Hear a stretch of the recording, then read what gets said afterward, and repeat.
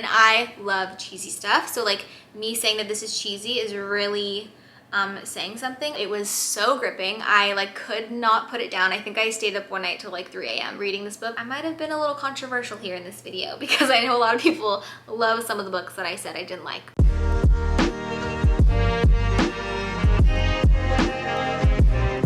Hello friends, welcome to a brand new video. We're talking about books today. And I have not done a book video in quite some time.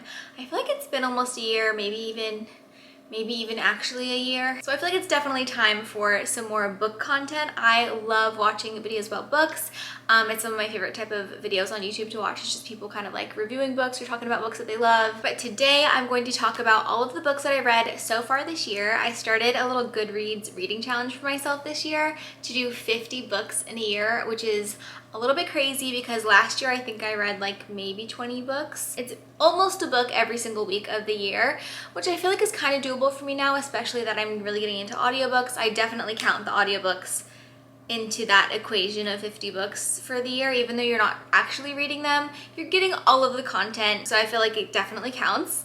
So yeah, I'm gonna talk about all of the books that I read so far this year. There are 13 of them. I'm on track for my Goodreads reading goal, which is crazy that I'm actually on track for something in my life. But I am super excited to talk about these books with you. I've just pulled up everything on my Goodreads. 13 books is a lot, so I'm not gonna go into depth on every single book, but I will give a quick little synopsis and review for every book that I've read so far this year. Some of these books were fabulous and I really enjoyed them, and others not so much. So I will let you know which ones I would recommend, which ones I would probably not recommend that you read. But yeah, I'm excited to talk some books today. I've got my little Earl Grey tea here, my milky Earl Grey tea. Can you see? It looks like coffee, but it's tea. It's so yummy. Okay, before I dive into talking about all the books, I want to let you know that I read 99.9% of all of my books on my Kindle or on Audible. I would say like maybe half and half on Audible, listening to them, and half reading on my Kindle. It's the only way that I'm able to like read as much as I do. I cannot live without this thing. I love it so much. I have a little cover on it that just makes it a little bit more comfy to hold. I feel like it's just a little bit more easy to grip and to hold when I'm like laying in bed at night reading and stuff. So I love my Kindle, cannot recommend it enough.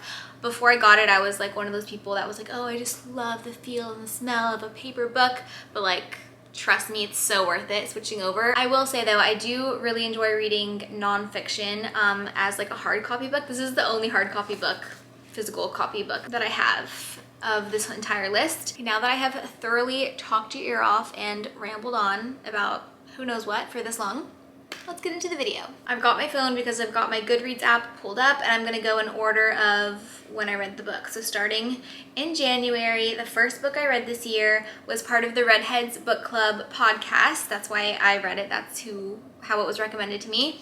And it was The Simple Wild by K.A. Tucker. I'll pop a little thingy here, like of all the titles that I don't physically have, which are pretty much all of them. It's been a while since I read this book. I actually listened to this one on Audible, and it was good. I didn't love it. I wasn't obsessed with it. I gave it 3 stars. A lot of people love this book. It's actually a series. I think there's like 4 or 5 books in the series. I only read the first one. I'm not super interested in continuing the series. I feel like it's right up my alley as far as like the genre and like kind of the cheesiness and the romance of it. But something about it just like wasn't fully clicking with me. I don't know why, but it was cute, and I actually would recommend it if you really love like the rom-com romance type of books, but also are into like sort of a deeper storyline and plotline. Because basically, let me tell you a little bit about the book. It's about a girl named Calla. She is living in Toronto, in a big city, and she has a bit of a rocky relationship with her dad. Basically, she finds out that her dad is really sick, and she is going to Alaska to try to rebuild some sort of relationship with him. Her dad is a Alaskan bush pilot, I think that's what they're called, I'm not sure. He has a very dangerous job. So basically, city girl goes to live in like rural Alaska and finds out a lot more about herself, and also there's a romance element, of course, as well. So that's kind of the premise of the book. I don't want to give too much away, but I also feel like I didn't really explain that much, but I feel like you kind of get the vibe. It's like city girl, Alaska, romance, daddy issues kind of book. Yeah, like I said, I gave it 3 stars. I'm not going to continue the series because I'm just like not super curious, and I feel like I kind of would already guess how it ends. But a cute read and a bit of an emotional one. Okay, I'm gonna have to make these quicker because I've got 13 books to get through. So the next book that I read this year was The Mother-in-Law by Sally Hepworth. I adored this book. I adore Sally Hepworth. She's one of my favorite authors. I love everything that I've read from her so far. I'm actually currently reading her newest book, which is called The Younger Wife. I'm only like 2 chapters in, but so far so good. I feel like it'll be easier and quicker for me just to read a little bit from the Goodreads description. So it says, a twisty, compelling novel about one woman's complicated relationship with her mother-in-law that ends in murder. So it's a very, it actually switches between the mother-in-law's perspective and the daughter-in-law's perspective. And it's very interesting. It's definitely twisty. It's a murder mystery type of book. It's not really romantic at all, but it's very good. It kept me very engaged and like excited the whole time I was reading it. I read this one on my Kindle. It's not a scary book, by the way. It's just like a bit suspenseful and like psychologically like interesting and suspenseful. I don't know if that makes sense, but anyway, I really enjoyed it, and I'm a big like rom-com cheesy book lover, and this is not that at all. There are definitely some like comedic elements of like comedic relief and stuff, but for the most part it's just like really good and juicy and like suspenseful. I give it 4 stars. I would definitely recommend it to just about anybody who loves to read. But yeah, huge Sally Hepworth fan. She's amazing. Also, it's based in Australia, or it's set in Australia, which I always think is like a fun little thing when a book is based in a different country or like a very specific place. I love that. Okay, next up, I read The Perfect Couple by Ellen Hildebrand. I'm a huge Ellen Hildebrand fan. I think she's amazing. I love that everything's like set in Nantucket, and she's got such like a summery beach read vibe, but there's also some mystery, some romance. It's very juicy. It's very like rich and like, I don't know, I just love her books. But yeah, Perfect Couple has all of those elements. This one I read on my Kindle. It was so gripping. I like could not put it down. I think I stayed up one night till like 3 a.m. reading this book, which is crazy for me. So I really enjoyed it. I gave it 4 stars. Basically, there's going to be this super gorgeous, rich wedding going on in Nantucket right on the beach. But the morning of the wedding, they find the bride's maid of honor dead in the ocean right by the house where they're doing the wedding. So wedding has to be canceled. So instantly the whole wedding party becomes a suspect, and everybody's getting interviewed throughout the book. And so then the book goes through like all of the interviews, and just you get deeper and deeper and things unravel, and then you find out how it happened, why it happened. And it's really crazy. It is super juicy, super suspenseful and exciting, and like I did not want to put this book down at all. So I wouldn't say it's scary at all, but it's just like really like a page turner. It's definitely one of my favorite books from hers. My favorite Ellen Hildebrand books are the Winter in Paradise series. Devoured those. I listened to those all on Audible. That's all I'm gonna say for that. I need to keep these shorter because I'm getting way too involved with all of them. Next up on my list of reads is Christina Lauren's book, The Soulmate Equation. I love me some Christina Lauren. I think they are so great. They are a author duo, by the way. One of them's name is Christina and the other is Lauren, and I guess they're like besties that write together, which is really cool. I gave this book 3 stars. It's just like a classic Christina Lauren kind of vibe, very like cheesy, funny, cute, romantic. I definitely enjoyed it because it's like a fun, light read, but it wasn't something that like has stuck with me at all. Here is a quick little synopsis. There's this girl named Jess, and she's a single mother, and she's sort of like a math geek. Like she loves crunching numbers and stuff like that. She's very into statistics. I think her job is in statistics actually, but there's a new company in town called Genetic Ally. Basically, you're supposed to be able to find your soulmate through this DNA testing dating thing. Long story short, she takes the DNA test and she gets a 98% compatibility rating with the founder of the company, which is like unheard of. Nobody ever has that high of a score, blah, blah, blah. So like they're soulmates, or they think that they are, but they already know each other and they really don't like each other when they first meet. So it's definitely the classic like enemies to lovers trope. But I feel like they do it pretty well, and it's like kind of cute, and like I said, it didn't really stick with me, but like it's a cute, fun read if you are looking for something like that. Next up is the first nonfiction book that I read this year, and it is Living Fully, Dare to Step into Your Most Vibrant Life by Mallory Irvin. I picked this book up because I am a huge Mallory Irvin fan. I read this on my Kindle, by the way. I've been following Mallory for years on social media, like loved her YouTube channel. She doesn't really post on YouTube that much anymore, but she's all over Instagram, and her and her family are just super cute. They live in Nashville, and I just adore her and her family. She's got like the most fun, bubbly personality. Mallory has a crazy story. She was on The Amazing Race. She was Miss America, or like the runner-up to Miss America. She has been through so much in her life, and she's super vulnerable in this book and shares about her struggle with substance abuse, and she's just such an inspiration. I think she is so cool, and I love her outlook on life. But this book is just chock full of really great lessons that she learned along her way and her journey of this crazy, full, amazing life that she has lived. It's a super quick, easy read. I got through it so quickly. She sounds the same way on the page as she does like coming through her content, so it was really enjoyable, and I definitely would recommend it to anybody who's maybe going through a rough patch or feels a little bit stagnant in their life and just wants to like get a spark or like light a fire under their butt to like really make the most out of life. I absolutely love this book. I gave it 5 stars. Is that my first 5-star rating for the year? I think so. Yeah, it was. So 5 stars for Mallory. Definitely recommend to literally anyone. I loved it. The next book that I read was Hook, Line, and Sinker by Tessa Bailey. She's known for her very spicy books, if you know what I mean. I gave this one 3 stars. This is the sequel to It Happened One Summer. Loved It Happened One Summer. I also love this book for the first half of the book, and then the second half it went so downhill, and I don't know how to explain it. I don't know if I just got like fatigued of the cheesiness, or if it just got so extremely extra cheesy towards the second half, but I listened to this book on Audible, and like I said, I enjoyed it up until about 50% through, and then the rest of it I was like, this is just getting dragged on way too long. It's like so unnecessary, the amount that they dragged it on and just kept repeating and repeating and repeating itself like so much. So I gave it 3 stars. I would have gave it 2 if I didn't enjoy the beginning of the book that much or as much, but I will spare you too many details of the synopsis. But basically it's like a best friends to lovers kind of story. It was cute, it was funny, it just like was very gratuitous and like way too long and way too cheesy towards the end, and I love cheesy stuff, so like me saying that this is cheesy is really saying something. I actually think that I wrote a review for this. Like, hang on, let me see. Okay, I didn't actually write a review for this. I just put the 3-star rating, and then my friend Hallie Bell commented on my Goodreads saying a generous 3 stars, lol, because like we read it at the same time, and she was like, this is out of control, so cheesy.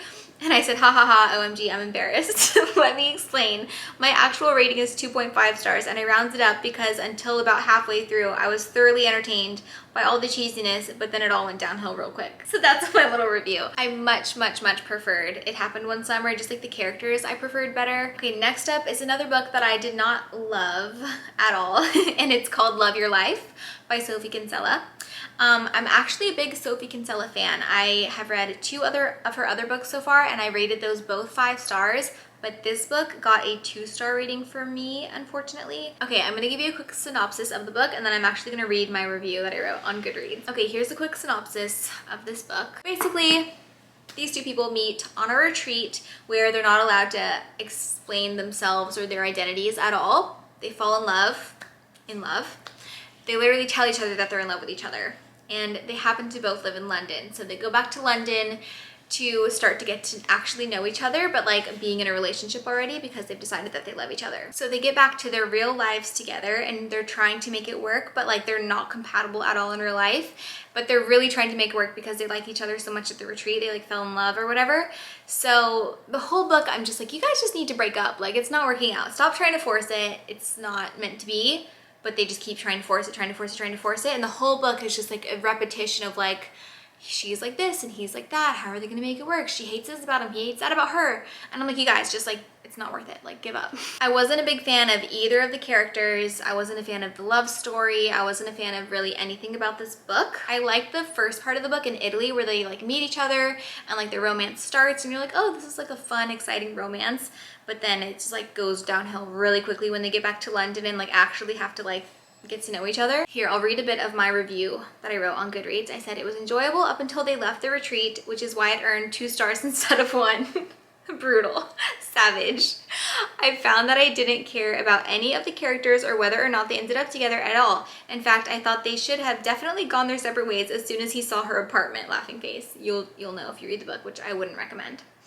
So it kind of pained me to finish it. I hate to be so harsh, but I wish I had abandoned the book shortly after they left the retreat and didn't waste my time. I put a little side note because I hate being so savage and like mean. Like, giving a bad review, but I honestly like really regret reading this book and I wish that I never read it.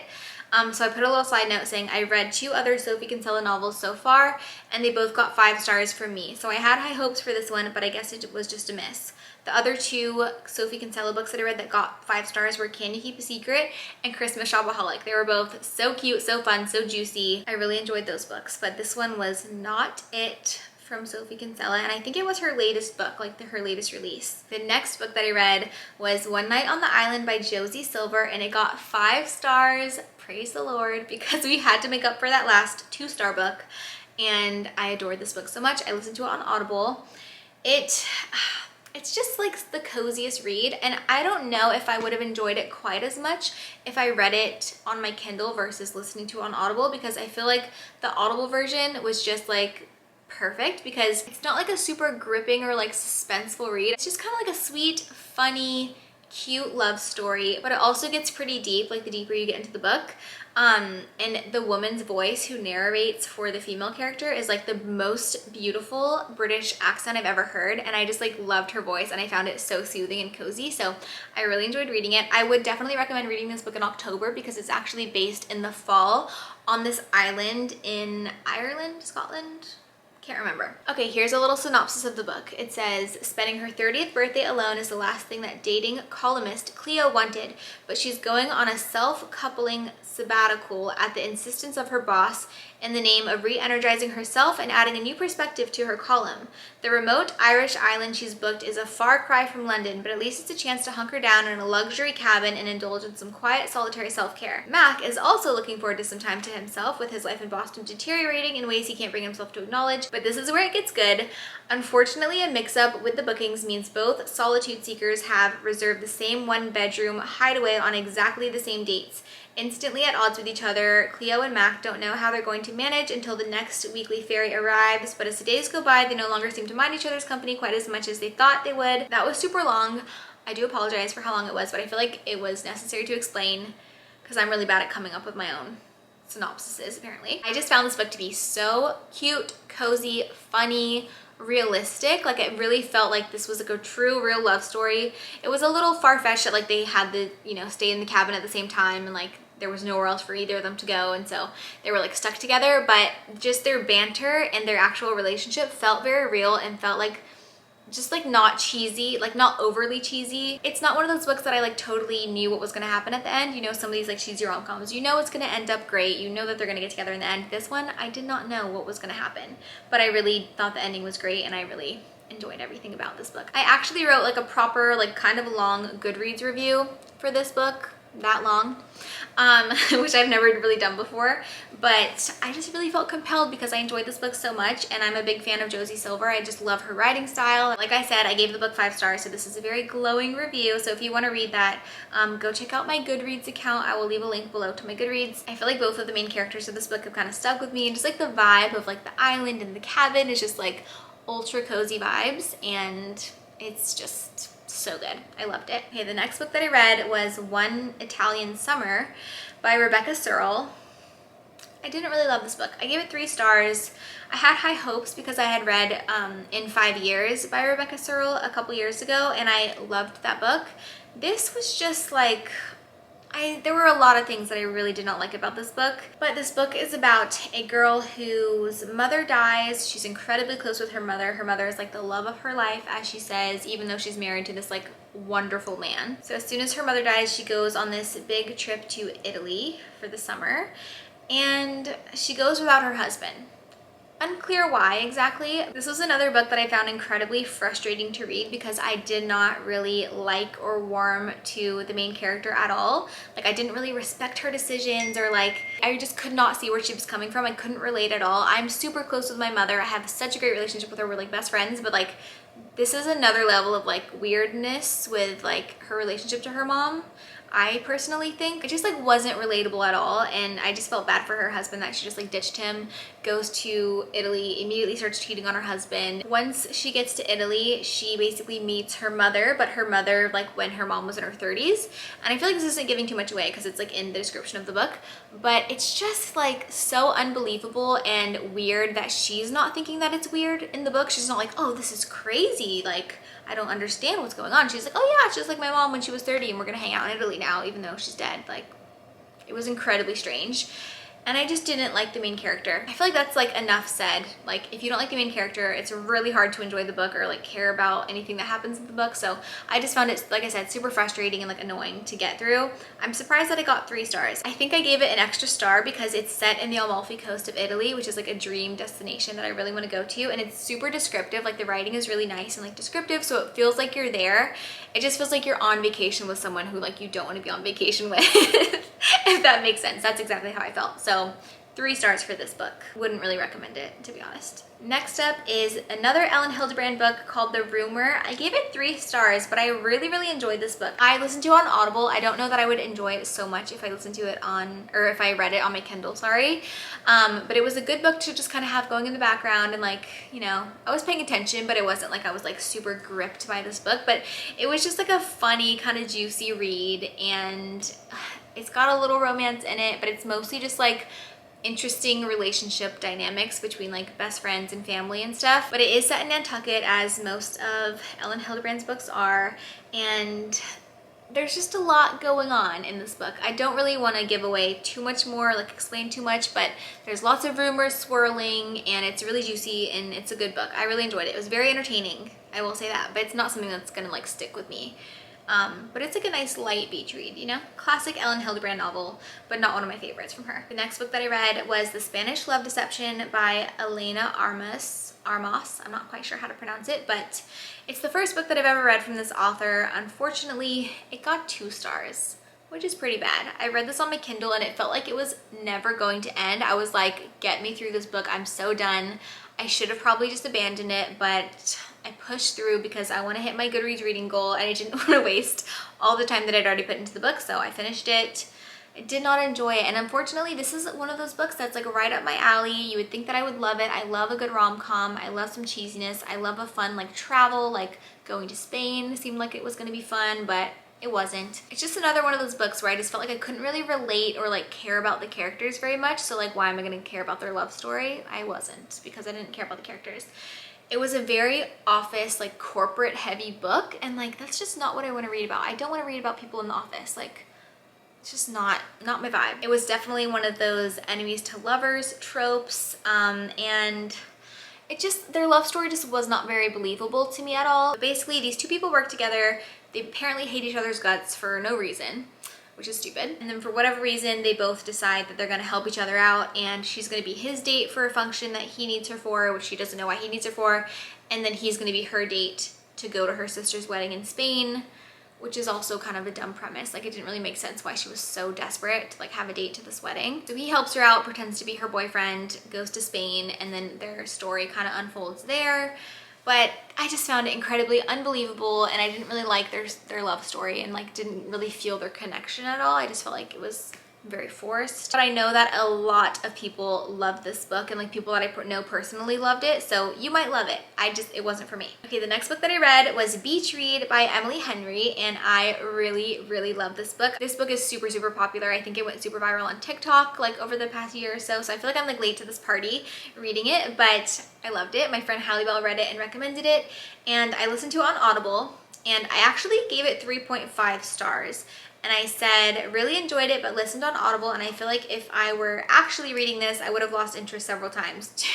Too much circus / stories within the story that I cared nothing about. Thinking back on the book, I feel like I loved it, and like I only have great fond memories of this book, but I guess during the book I was like, okay, some of the plot lines could have been like deleted. The main characters are actually really funny. I feel like this book is a really good mix of like funny, witty, and like smart humor, and not just like super cringy and cheesy the whole time, but like there's definitely cheesiness in there. So basically these 2 authors are living in like neighboring houses, and they decide to swap genres. They're total opposites, and they take each other on little like research missions once a week. So like he's taking her to these like creepy, weird cult places to like interview people about like this serious dark matter.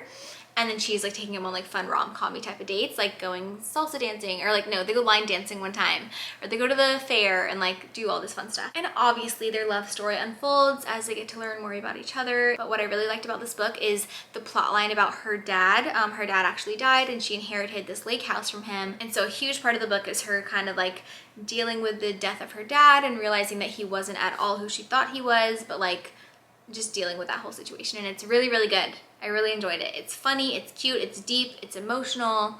It's like everything that you want in a good, like juicy book. I loved it. I feel like I probably should have gave it 4 stars. I feel like I was being harsh with the 3.5. I should just give it 4. I will say this is the second Emily Henry book that I read, and the first book that I read, People We Meet on Vacation, hated it. I don't even think I finished it. So maybe I shouldn't be able to judge it if I didn't finish it, but I think I read maybe like 30% and I was like, I gotta go. It's not good. I don't like these people. But with Beach Read, it was the opposite. Like I was obsessed with the main characters. I loved them both a lot and thought they were super cute and funny and like smart. I'm gonna amend my rating to 4 stars because I really enjoyed this book the more I think about it. And finally, the last book that I read, the most recent book that I read, I actually finished it last night, is called Cultivating the Fruit of the Spirit, Growing in Christ Likeness by Christopher J.H. Wright. This book is obviously a spiritual nonfiction read. This book was actually recommended to me by my friend Bethany, who also does lots of amazing book videos. She does, I think at least like once a month, she does a book video, like a little roundup of what she read over the last month, and they're so good, and we have like the exact same taste in books. So thank you, Bethany, for recommending this to me. I did give it 5 stars. I really, really enjoyed it, and I feel like I really got a lot out of it. It's very substantial, even though it's a really like quick read. Every single chapter goes through one of the fruits of the Spirit, and he kind of explains like what exactly that fruit of the Spirit means, and he goes into depth about how Jesus and how God displayed these fruits of the Spirit throughout the Bible. I did have my highlighter handy while I was reading this, so I highlighted a whole bunch of stuff in here, and I really think I'm going to be like going through this book again at some point just to like refresh. I feel like this book was just such a good reminder of just like how to be a good person and like to really try to cultivate the fruits of the Spirit, literally the title of the book, and to try to be more like Jesus every day. My faith and love for Jesus is a massive part of my life. So I found this book to just be super inspiring, just like such a good reminder of like how we can live out the fruits of the Spirit and why we are supposed to do that, and how it's going to be so beneficial to not only yourself but to everybody around you. I feel like this is a book that's just really full of a lot of wisdom and goodness, and he references so much scripture in this book, so it's really good to read this along with like have your Bible nearby, and then anytime you see where he's referencing scripture, you can like flip to that page and then get a lot more depth and information and wisdom from the Bible. But yeah, I really, really love this book. That is everything that I read so far this year. All 13 books. I hope that you enjoyed this video. I hope it wasn't too long and rambly. I feel like it might have been. I don't know why I thought this was going to be like a quick video to film, but this took me quite a while to film. Anyway, if you got this far, I thank you so much. I really appreciate you. Let me know in the comments if you've read any of these books yet, what you thought of them, and if you want to pick any of these up, let me know what you're excited to read. I absolutely love talking about books. I could talk about them all day long, so if you have anything you'd like to discuss in the comments. I might have been a little controversial here in this video because I know a lot of people love some of the books that I said I didn't like, but yeah, let me know if you did. No judgment. I love to discuss. Let me know if you want to see more book videos from me. I would love to film them. Like I said, I'm trying to read 50 books this year, so I'm sure there'll be lots more books to talk about coming up soon. If you haven't subscribed yet, please go ahead and click the subscribe button so you don't miss any more videos from me. I'm trying to post a lot more frequently. I'm doing like 2 to 3 videos a week these days, so definitely subscribe. Follow me on Instagram, follow me on TikTok, all the places. Thank you again for watching. I hope that you loved it, and I will see you in another video very, very soon. Bye. Love you guys.